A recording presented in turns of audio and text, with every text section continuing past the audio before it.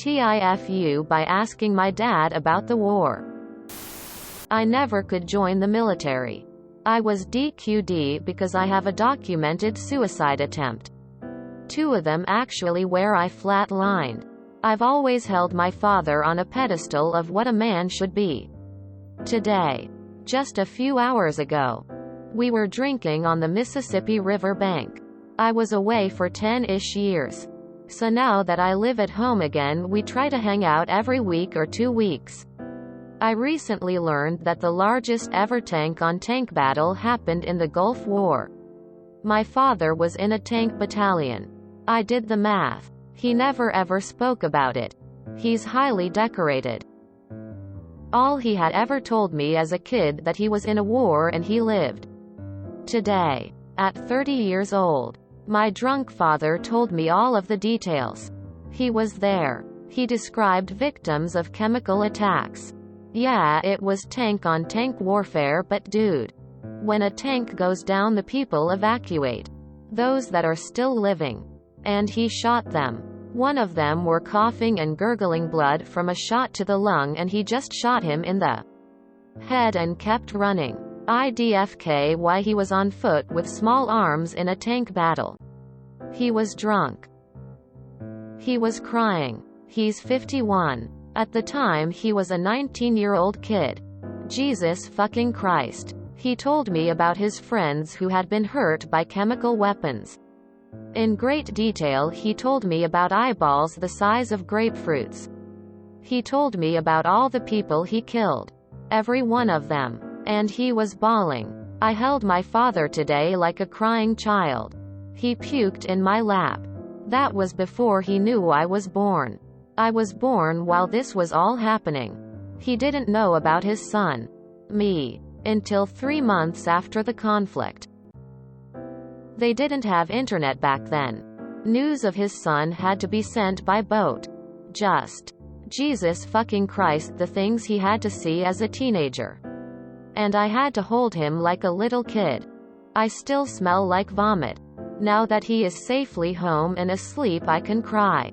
I'm sobbing as I write this. My poor father should never ever want for anything ever again. And I'll make damn sure he has everything above my own needs from this point forward. TLDR. Asked my dad about the war and got puked on and emotionally damaged. My dad was in the Army. Stationed at the Army base at Pearl Harbor on December 7, 1941. He never really talked about his time in the Army.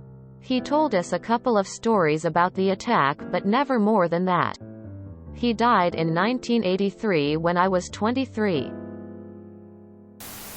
Dad was a World War II sailor. All he ever told me was a story about shaving with a straight razor on an LST. I have no idea how I was ever born after that story. And a Chinese restaurant in San Francisco. Mom said he had screaming nightmares for years. The quiet ones were the ones that saw stuff. Give them that. Your dad probably has PTSD. You may be the first person he's ever told. Be proud he trusted you. I have PTSD and I couldn't tell anyone what happened for 40 years. Just listen. Don't judge. The more you retell, the easier it is. The first time is so very hard and painful. Let him heal through retelling. Yeah, I know what you're feeling. I was a 12-year-old kid when my uncle, the scariest man I've ever known, cried like a baby on my shoulder because of what he had to do in Vietnam. I'll never forget that the first person he had to kill was a woman because she picked up a gun. War is hell, and anyone that tells you it's glorious has never gone. I have PTSD. I won't go further than to say, I'm a U.S. wartime vet and former police officer. Crying is healing. He needed to tell you. I know you're affected by what he poured out to you. But thank you. Thank you. Thank you for bearing that burden and letting him heal. Just a little. TBH. By not telling him to stop once he opened up. You should know. You're the hero here. I've unloaded before on someone who held me while I screamed my heart out for over an hour. Thank you for your sacrifice today. From one damaged soul recognizing the bomb you've given to another damaged soul. You did real good looking after him. For what it's worth, he needed someone. And you were there in the way he needed you to be. You should also know if you're struggling to deal with what you helped and supported him through. Venting. That there are counselors, etc., who specialize in supporting someone who is supporting someone else. Don't be afraid to try to connect to those services either if you're a bit overwhelmed by it. Some people's demons can haunt others caring for them to varying degrees. My grandfather was in the tank division during Korea. He never talked about it. I imagine his stories wouldn't have been different. My grandpa was a hard man, but loving. He was a history teacher. He had 5 children with my grandma. A music teacher. He was stubborn, tight with cash and hilarious as much as he was an asshole.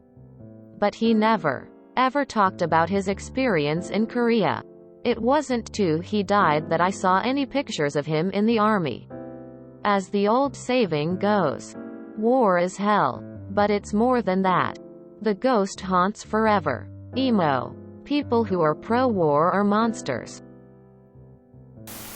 A lot of war is hell and other sentiment in this thread.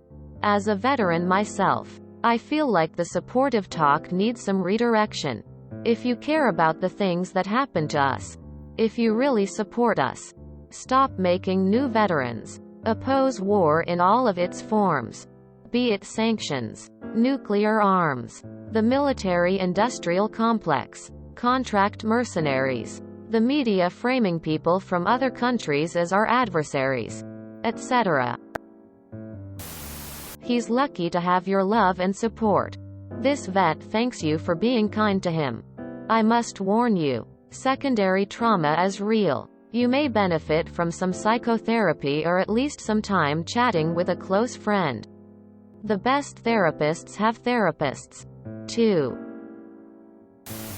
Hey man, I don't think you should think of this as a TIFU moment. A lot of times it's actually therapy for veterans and those with PTSD to talk about their experiences. Maybe you don't realize it, but I'm sure you actually helped him with some of the issues he dealt with by allowing him to vocalize it. Regardless, hope he's doing well. My poor father should never ever want for anything ever again. And I'll make damn sure he has everything above my own needs from this point forward.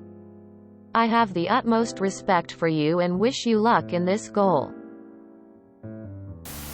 There's a book you may want. The Body Keeps the Score. Best PTSD book I've read. My dad is a former foster kid and Vietnam veteran who has gone through some terrible shit. It's heartbreaking to learn about our parents' trauma. Your dad is lucky to have you listened to him. My grandfather was in WW2. I was the only one to give a shit and listen to his stories. Everyone else, my dad, my uncles, all his other grandkids treated his war stories as boring and wanted him to shut up. I learned so much about humanity just being the only one who would listen to him. He had a Nazi knife, Nazi guns, Nazi medals, not from being a Nazi, but taken from the Nazis he killed. His division was one of the ones that liberated Dachau. Fucking Dachau. When he died and I was away at college, my aunt donated all his shit before I could even begin to express how much his medals, his trophies, the Nazi shit he took off the dead Nazis, meant to me. Fortunately, they gave me all his pictures. Take a moment and listen to your elders. Soldiers or not, you'd be amazed at what you learn. You, me, none of us are unique in our sufferings and likely have it 100x easier than so many people that bled to give us our lives. Mate. I can't even pretend to understand what your dad went through. Or how you're feeling now. But this is no foo. This is needed. Be there for him. Cry with him. If you need to talk to someone else about what he's telling you, about how it's affecting you, do it. He doesn't have to bear it alone. And neither do you. Not to be that guy, but I am going to be.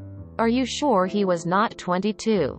'Cause at 19 it would have been 1988 and the Gulf War was 1991.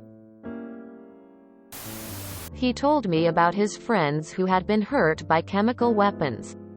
In great detail he told me about eyeballs the size of grapefruits. What now?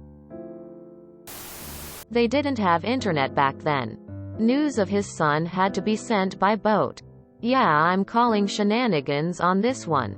I was a radio operator in the Gulf War who had to pass on several messages about the birth of children. We had GPS FFS. Sorry, but this whole story is total BS. My dad fought as a Bradley tank commander in the largest tank battle since World War II. The Battle of 73 Easting. And absolutely no chemical weapons were ever used. Or in the entire war. Additionally, tankers would never dismount and fight with small arms unless their tank was incapable of fighting. And the Americans did not lose any tanks during fighting with the Iraqis.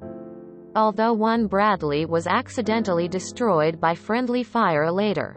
The Gulf War was the first space-age conflict where GPS made its first appearance, and while letters were still a large part of life, AT&T was contracted to set up phone banks that soldiers could use to phone home via satellite. I posted this in another thread about reading books that really affected you. Joe Haldeman, The Forever War. I read it at the same time as my dad. After we finished, the floodgates opened and out came everything he never said to me about his time in Nam. It was one of the most intense conversations he and I ever had. I heard things I never would have imagined that he had been through, seen, and done. Hearing the soft-spoken junior high history teacher who brought me up talk about putting covering fire down so wounded could be loaded into his heli. Only thinking about protecting his friends and knowing full well he shouldn't make it home broke me in half. He was a gunner in a Huey. Drafted in '68. Cheers. Pops. I miss you, man. Yeah, gonna go ahead and call BS.